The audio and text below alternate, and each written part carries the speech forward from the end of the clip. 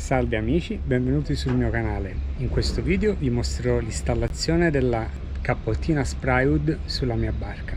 Buona visione!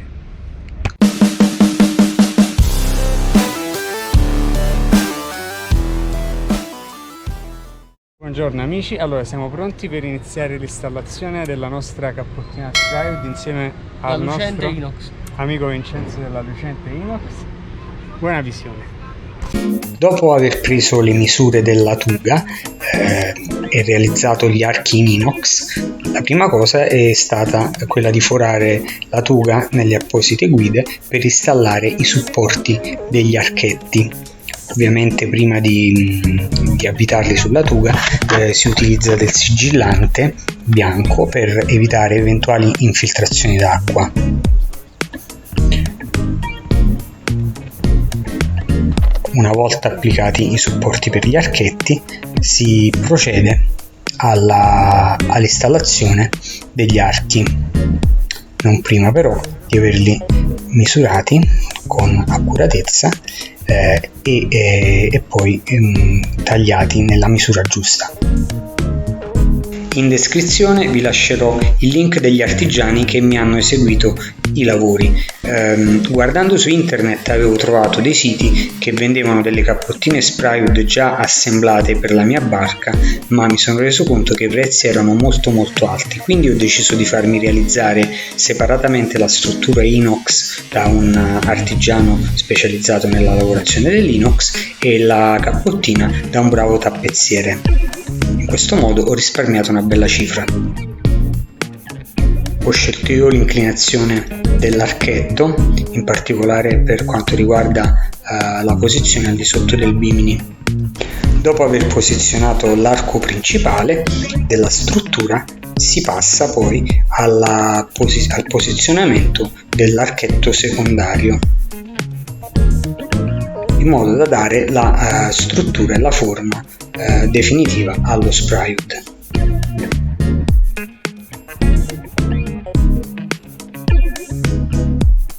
Questa è la forma definitiva che poi avrà la cappottina.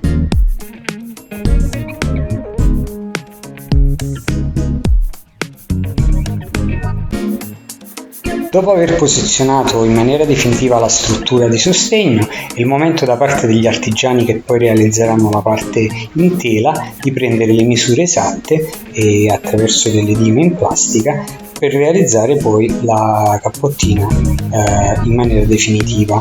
Ovviamente il tessuto scelto sarà un sambrella di colore blu come il resto delle tappezzerie della barca.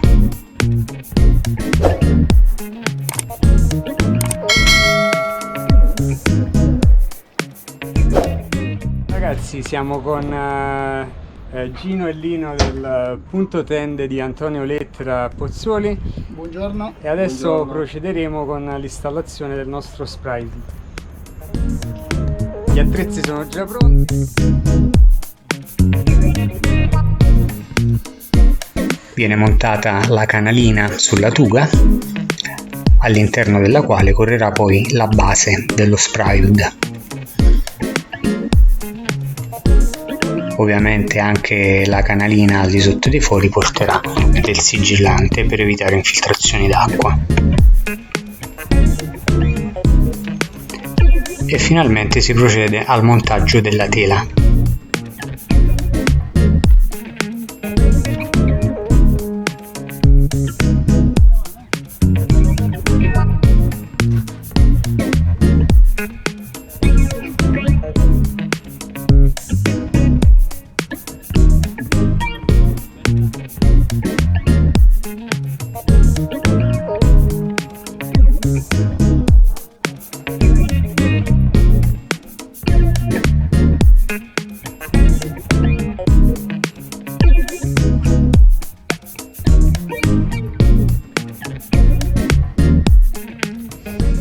Allora amici, siccome la vecchiaia incalza, l'età avanza, ho deciso di far montare lo Sprywood perché il vento, gli spruzzi d'acqua, il freddo cominciano a farsi sentire, quindi diciamo che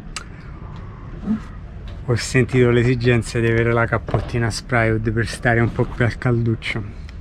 Allora, questa è la parte interna della cappottina Sprywood. Come potete vedere è composta da tre parti in plastica trasparenti, di cui quella centrale è apribile, in modo che possiamo avere maggior visibilità e anche circolazione d'aria quando non abbiamo bisogno di ripararci da vento eccessivo o da spruzzi.